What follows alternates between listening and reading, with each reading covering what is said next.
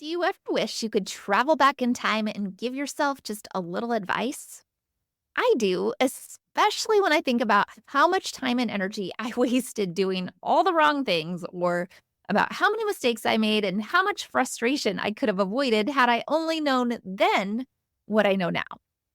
And while there's a part of me that understands that sometimes we just need to learn things the hard way, I also think there's something incredibly valuable about sharing those lessons, those mistakes, and those reflections in the hope that someone else can learn from them. And maybe, just maybe, your journey will be a little easier as a result. And that's why in today's episode, as we celebrate the 1 year anniversary of this podcast and the 2 year anniversary of launching Thinlicious into the world, I thought it would be fun to take a look back and share some of the biggest things, not only I wish I would have known as I was starting my weight loss journey, but also the things our most successful clients wish they would have known as well. And whether you are just getting started on your health and weight loss journey or you are well on your way, I guarantee this episode is going to inspire you, encourage you, and motivate you to make some lasting changes in your own life.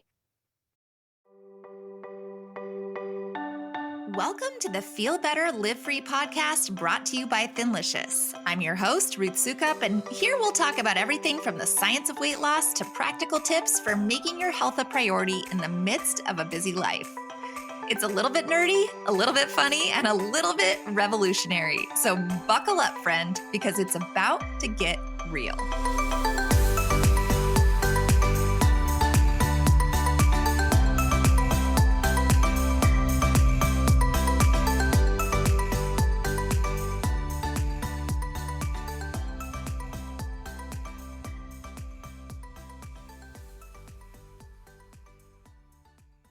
Hey there, and welcome back to the Feel Better, Live Free podcast. For those of you who don't know me, my name is Ruth Sukup, and I'm the founder of Thinlicious and the creator of the Thin Adapted System, as well as the New York Times bestselling author of 7 books.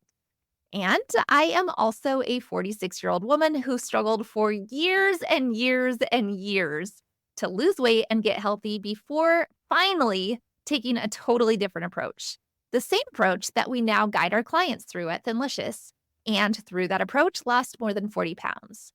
And while I have easily maintained that weight loss for several years now, which in and of itself feels sort of like a miracle after struggling for so long, the struggle is still very fresh in my mind, right? That frustration of just trying one diet after another, that misery of constantly depriving myself and trying to cut calories and eat less and exercise more, and the shame of falling off the wagon and gaining all the weight back again and again and again.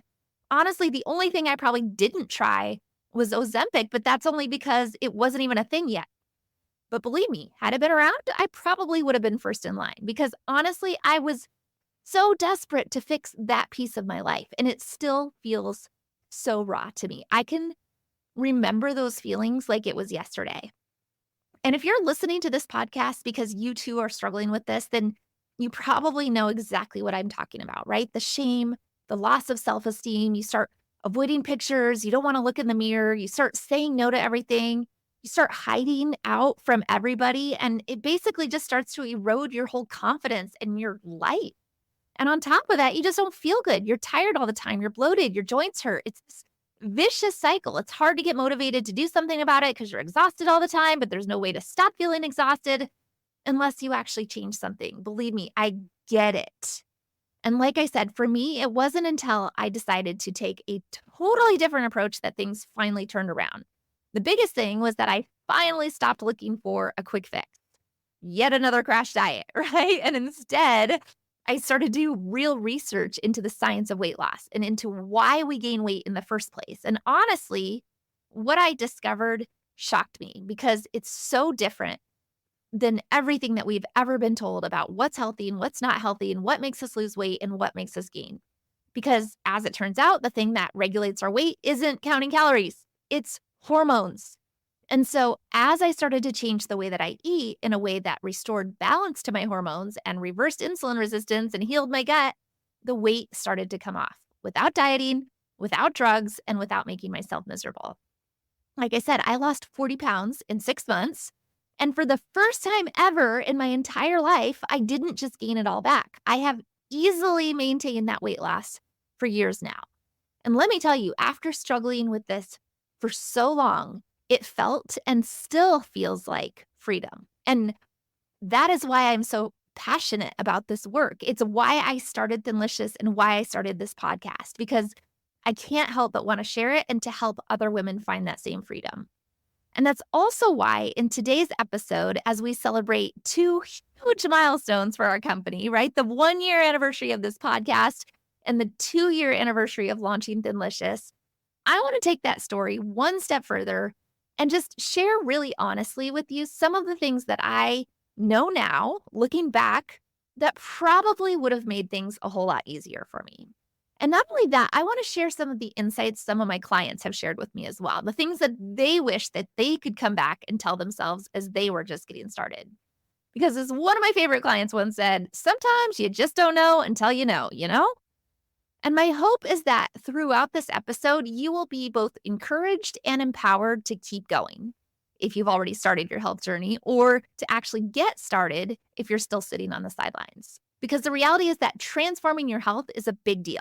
And it's also a big commitment. But it's a journey that's not always going to go smoothly, right? So you have to be mentally prepared for some of those bumps along the way. You have to be ready to keep going. Even when you have setbacks or when you hit a plateau, you have to be prepared for when people around you aren't totally supportive for whatever reason. So buckle up, because I'm going to tell you right now, it's not all sunshine and roses. Because even though I have had a lot of success and I was able to lose more than 40 pounds and keep it off for more than 3 years following this lifestyle, and even though I am now so passionate about it that I started a whole program and a podcast dedicated to helping other people see those same kind of results, it wasn't just a walk in the park, right? There were plenty of low points along the way and more moments of frustration than I'd like to admit. And honestly, I think that's probably the first thing that I would have wanted to be more cognizant of, right? That sustained weight loss takes time. And not only that, and I think this is so important to understand, it doesn't happen in a straight line. There will be days where you are up a little bit and days where you are down a little bit. And that is totally normal too. What you are looking for is a line that trends downward over time. And that's really why you have to look at it as a journey or as a lifestyle, not as a diet. Because I don't know about you, but I am definitely an instant gratification kind of person. My whole team has this sort of ongoing joke that by the time that I ask them for something, I already wanted it yesterday, right? I haven't even asked it, but I wanted it yesterday. But it's true. I hate waiting. I want to be able to just take action and do the things and see the results right now.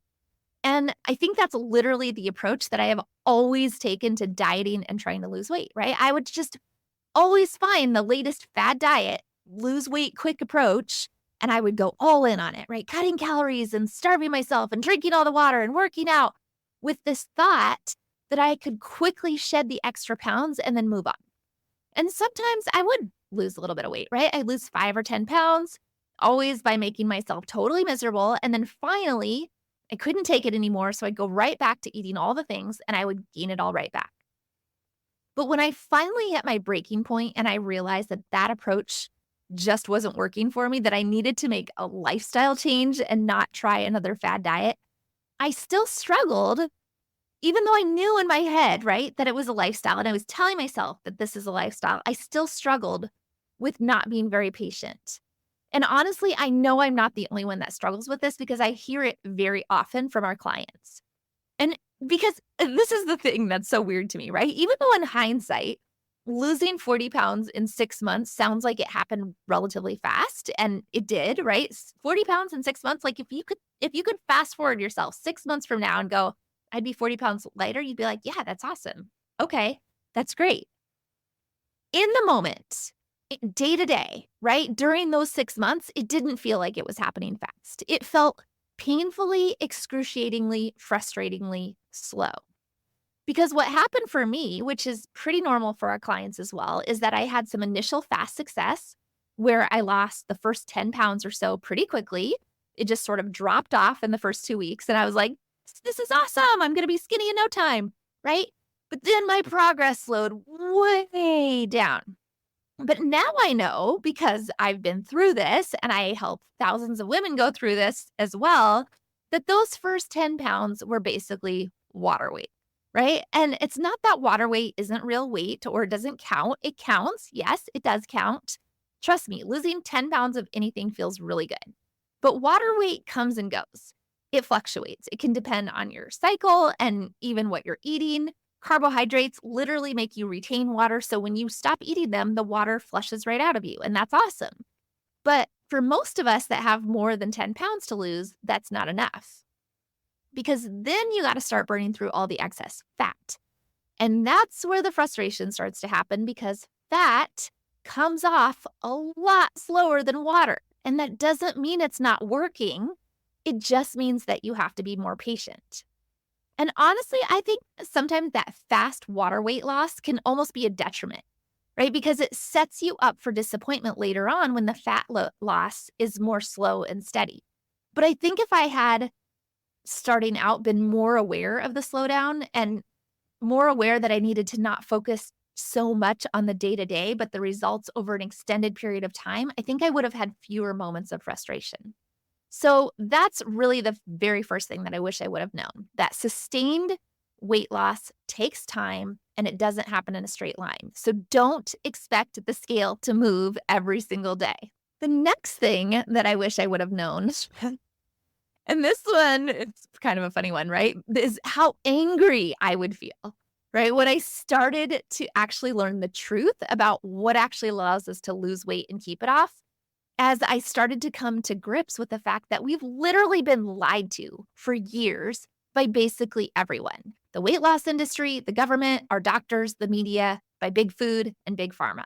And honestly, it still makes me super angry whenever I think about it. Like it gets me very, very fired up because when I think about all of the pain and the frustration and years of struggling that didn't actually have to happen, and then when I see all the statistics about the current obesity crisis in this country and the fact that 80% of the population is obese and 85% of people have some form of insulin resistance and that 90% of us have some form of leaky gut syndrome and that all of that has led to so many health issues in the country, type 2 diabetes and heart disease and cancer and autoimmune and depression.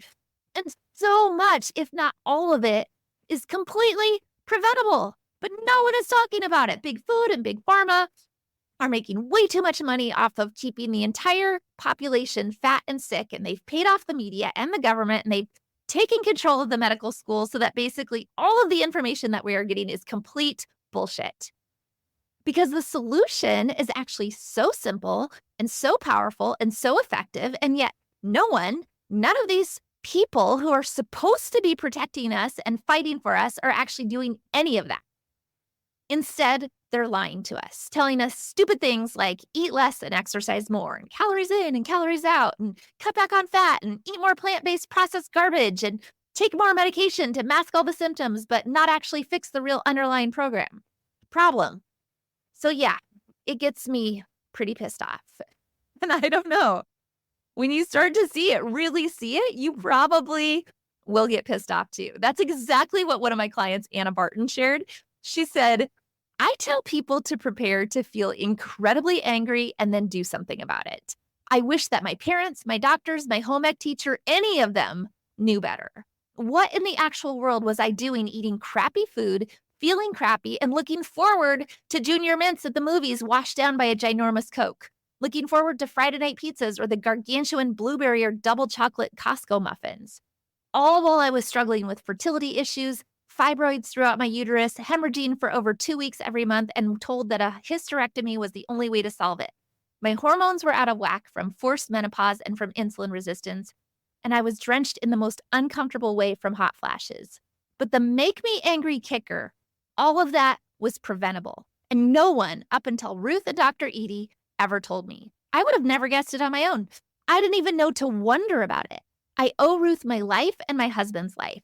Am I at my ideal weight? No, not yet. But will I be? Abso-stinkin-lutely. She's pretty fired up, right? And Anna definitely wasn't alone. So many of my clients shared similar feelings of how surprised they were at the level of anger they felt at finally realizing that nearly all of their health and weight struggles were preventable had they only known the truth. So I'm just going to put that out there. That's the second thing to prepare yourself, just how angry it may make you. The third thing I wish I could go back and tell myself, and something many of my clients shared with me as well, is to actually take the time to document the beginning of your journey and to establish a baseline of where you're starting from. And this, I think, is kind of a hard thing to do because when you're not happy with your weight or your health or the way that you look, you don't really want to think about how bad you actually feel right now. You certainly don't want to take any photos. You might be avoiding the scale and you might even be avoiding the doctor because you're scared to find out how bad things have really gotten. I personally wish that I had done a much better job of taking an actual before picture on the day I started, and also a better job of taking progress photos along the way. The one thing I did do that I'm so happy for now is that I would get these regular body scans at the gym. And it's actually so cool to be able to go back and look at all of those and see the transformation that took place over that time. One of my clients, Laura Collis, said this: if I was starting my health journey again, I would test to get a baseline on everything, a full blood panel, hormones, and I would do genetic testing. I think it would have been so helpful to better know some of the challenges I needed to pay attention to and monitor beyond weight. I also think it would have been an added motivator to stay on track during those times when life got in the way. And Kathy Boostman added, my one thing would be to take the before picture, as eventually you won't remember what you really looked and felt like. And it's actually true. The thing I realized in my own journey, and that so many of my clients have said too, is that you don't even realize how bad you felt until you start to feel better. And then you wish you had done a better job of actually documenting how you felt. And that's actually why now in our program, we start with phase 0, the prepare phase, because obviously it's good to prepare to begin, right? You have to learn a little bit about the program and how it works and get the right food and the supplies and stock your pantry and all of those kind of practical things. But we also guide you through a process of documenting your beginning with a detailed health assessment that asks a lot of questions about how you feel in all different areas of your life and your body.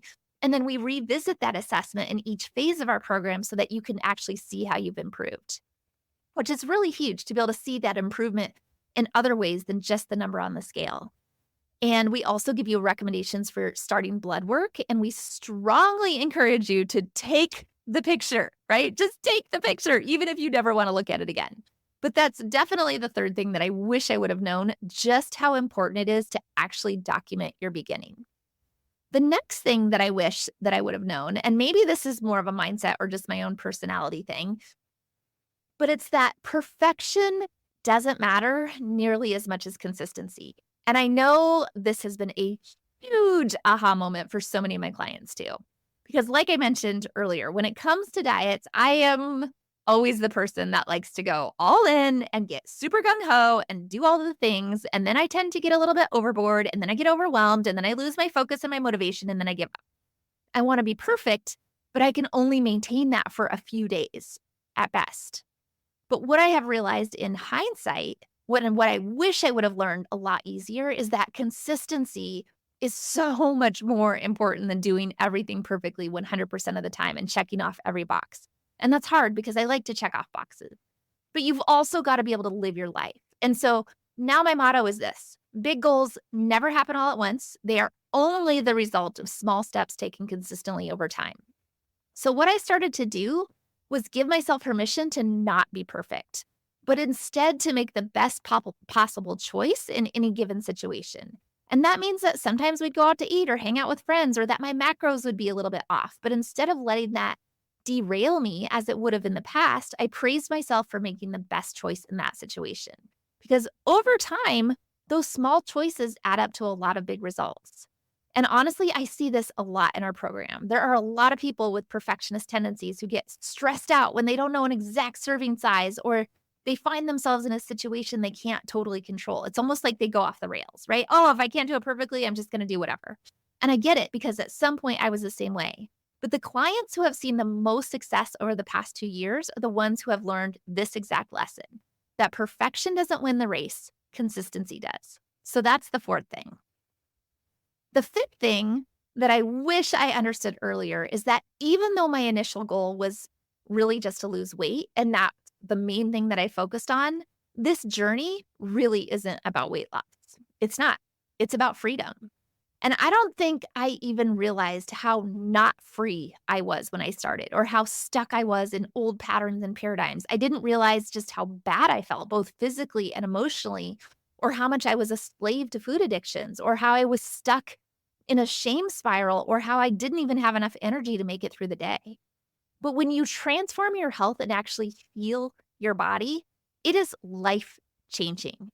It opens up a whole new part of you that you didn't even know existed. It's so empowering because all of a sudden you have so much energy, but not just that, your whole mindset has changed. You realize that if I can do this, if I can get a handle on this part of my life that I have felt so out of control in, I can do anything.